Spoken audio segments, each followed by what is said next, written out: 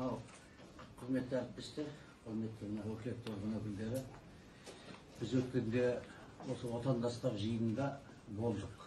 Кәдімгі осы шақырған қандастар мәселесіне байланысты өздеріңіз жақсы білесіздер, қазір үлкен шу болып жатыр. Комитеттің төрағасы болды мына Асқар бауырымыз да, Дастан да барлығы да. Бүкіл жиналып, зиялы қауым, депутаттарда 5-6 депутат болдық. Яғни өзіміз қостық. Сонда үлкен мәселе мына 20-шы баптың 5-ші тармағын соны алып тастау. Өйткені келіп жатқан қандастардың барлығы да осы мәселеге келіп тіреліп тұр дейді. Бірақ мен бұған біз бұл мәселені сөйлестік. Асқарбек бауырмен, Дастанмен, бұл кісілер жаңағы чаттағы 400 адамның ішінде 98 адам бар, солай ғой да? 98 адамның ішінде дәл осы бапқа байланысты кедергі әлі келген жоқ деп жатыр. Бірақ осы мәселе күн тәртібінде тұр, ең негізгі мәселе.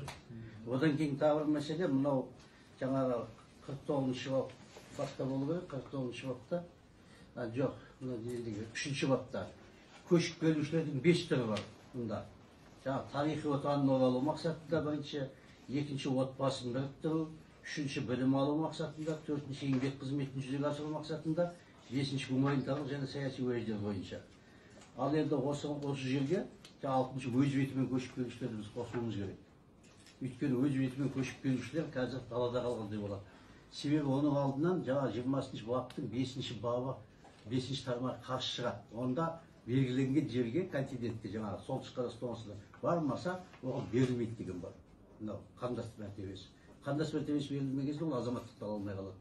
Осы алдынан шығып тұрады, бұл заңдық кедергі. Ал енді ол өз бетімен келейін десе, өз бетімен келушілер деген болған, қазір жоқ, мұны өз бетімен алып тастаған. Біз де соны қосып, мен 6 позицияны алып келіп отырмын осы жерде. Осы позицияны қарауларыңызды сұраймыз. Өйткені бұл бүкіл қандастар мәселесі өздеріңіз білесіздер. Сыртта 5-6 миллион қазақ бар, оның 1,5 миллион көшіп келуге дайын. Біз 1992 жылдан кейін 93-те бір-ақ жыл өткесін тәуелсіздік алғаннан кейін 100 мың қазақты қалдаған қазақпыз.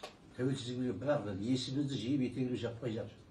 Ал тәуелсіздіктің 30 жылы өткеннен кейін 30 жылдығында 2020 жылы мен депутат сауал жасағанда 1014 қана, 100 мың мен 1 мың қанша, 100 есе антиэвакуат жасалған. Бұл енді бұл мақсат біздің мемлекет басшысының өзі үлкен бастама жасап, қолдау жасап отыр. Шеттегі қазақтарымызды түгел өз елімізге шақырып, оларды қолдауды. Бірақ мына заң сол президенттің осы бастамасына қарсы шығып отыр. Бұл заң мен бұл жұмыс тобында өткен жоқ, менің білуімше, маған жігіттер айтты, ол басқа әкімшілік кодекс бойынша, әкімшілік заңдары бойынша сол кезде өтіп кеткен дейді, көктемде. Осы заңмен қазір үлкен шу болып жатыр, осы мәселені шешуіміз керек. Шешілмейтін мәселе болмайды ғой. Бәріміз ақылдасып, келісіп, яғни бұл мәселе болмаса, біз қазақ осы уақытқа дейін көшіріп алуға болады деп 1 миллион емес, 10 миллион. Кедергілер көп болды өзі. Үкіметтің әдейі жасаған кедергілері болды. 2012 жылдан 17 жылға шейін, 2012 жылға дейін қазақ үкіметі қазаққа бірде-бір квота бермеген. Мен депутат сауал жасағанда айттым сол кезде.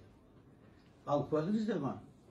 Бермеген себебі сол жаңағы 2011 жылы жаңа жерде оқиға болды да, соның бәрін сол қандас бауырларға аудара салды. Ол жерде қандастардың ешқандай кінәсі болмаса да.